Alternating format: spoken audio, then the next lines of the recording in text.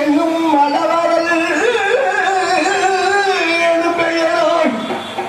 அடர்ந்த காடு. அந்த அடர்ந்த காட்டிலே உமாமகேஸ்வரனும் பக்தர்களுக்கு காட்சி கொடுத்து அந்த காடு வழியாக வந்து கொண்டிருக்கப்படுகின்ற நேரத்திலே வழியிலே ஒரு தெளிந்த நீர் பொருந்திய ஒரு தடாகம், தெளிந்த தண்ணீர், அந்த தெளிந்த தண்ணீர் பொருந்திய ஒரு தடாகம். அந்த தடாகத்தை பார்த்தவுடனே அந்த அடிமலை அரவணனும் நடுமலை நாலகத்திலும் முற்றுமலை வெள்ளையங்கிரியில் அமர்ந்திருக்கப்படுகின்ற அந்த சிவபெருமான் இந்த தடாகத்தில் சற்று மூழ்கி கரையேற வேண்டும் என்று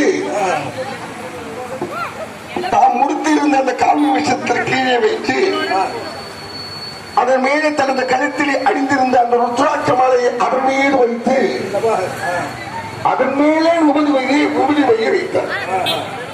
எப்படி தாம் முடித்திருந்த காவி வஸ்திரத்தை கீழே வைத்து அதன் மீது ருத்ராட்ச மாலையை வைத்து அதன் மேலே உபதி வைய வைத்தார். அப்படி வைத்திருக்கப்படுகின்ற நேரத்திலே சாணகட்டத்தை முடித்து வந்த அந்த எம்பெருமான் சிவபெருமானவர் என்ன நினைக்கிறார்? இந்த அழகிய மனத்திலே ஒரு கோட்டை இருந்தால் எப்படி இருக்கும் என்று எண்ணினார். வருதோ அவர் எண்ணினா பார்த்தா சிவபெருமான் அல்லவர். அவரது எண்ணிய அடுத்த நொடியே அங்கு ஒரு கோட்டையானது உண்டாக்குகிறது. எப்படி என்றால் அந்த காவி விஷத்துக்கு மேலே இருக்கப்படுகின்ற ருத்ராட்சம் இருக்கிறது பாருங்க. அந்த ருத்ராட்சம் ஒரு மாலையானது பரப்புரியாக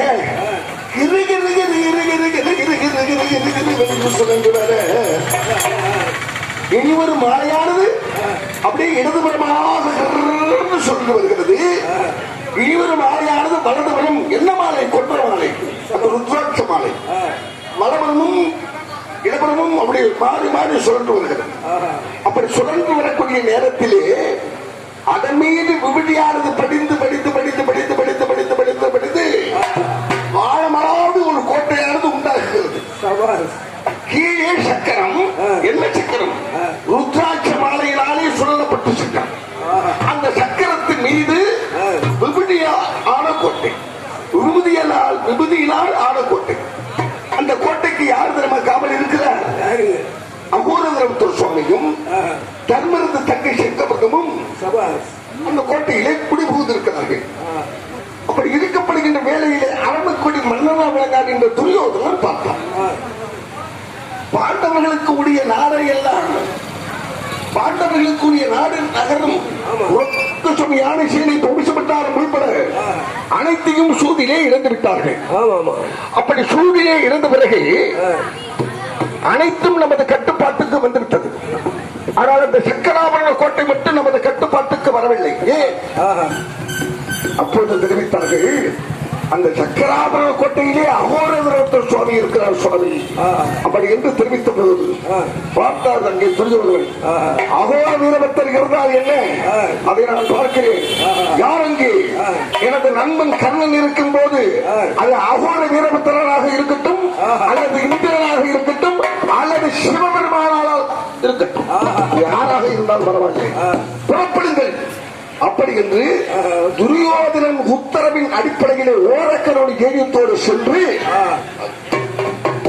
துரியோதனன் உத்தரவின் பேரிலே ஓர் அக்ரோனி தைரியத்தோடு சென்று அந்த கோட்டையை பிடிக்கிறார்கள். அப்போது பொங்கி இருந்தார் அகோர வீரபத்திர சுவாமி. இதெல்லாம் ஒரு செய்தியம்மா, இந்த செய்தியத்தை நாம் கம்லீகரம் செய்து விடுகிறேன் பார் என்று ஆண்டு விசுவம் பண்ணினார். வருவோம். அப்போது அந்த அகோர வீரபத்திர சுவாமி அந்த மனைவி இருக்கிறார். அகோர வீரபத்திர சுவாமியினுடைய மனைவி சங்கமிருதம். அந்த சங்கமிருதமானவள் பார்த்தாங்க, ஏ சுவாமி, தாங்கள் கோபல் பட்டால் இந்த ரோகிணி சாம்பலாகி விடுமல்லவா? அறியாது செய்தவர்களை தெரியாது மன்னித்து விடுங்கள். நாம் இழந்த கொட்டையை நாம் திரும்ப பெற்றுவிடலாம், அப்படி சமாதான வழியிலே பெற்றுவிடலாம். அப்படி என்ற அந்த சங்கமிருதம் என்ன பண்ணுகிறார்? கோபம் கொண்ட அகோர வீரபத்திர சுவாமியை சாந்தப்படுத்தி கோட்டையை பறிகொடுத்தாமல், கோபம் கொண்ட அந்த அகோர வீரபத்திர சுவாமியை சாந்தப்படுத்தி அந்த அகோர வீரபத்திரரை எங்கே அழைத்து வருகிறாய்? தர்மனிடம் அழைத்து வருகிறார். அப்போது தர்மனானவர் அகோரகுருத்தர் சுவாமிக்கு அழைக்கலம் கொடுத்து நீ இழந்த கோட்டையை நான் மறுபடியும் பெற்றுத் தருகிறேன், கிஞ்சிச்சேனும் அஞ்ச வேண்டாம் அப்படி என்று தமது இஷ்டக்குள்ள தெய்வமா விளங்கான் என்ற கோபாலமூர்த்தியை தெரிவித்து விடுகிறாரா.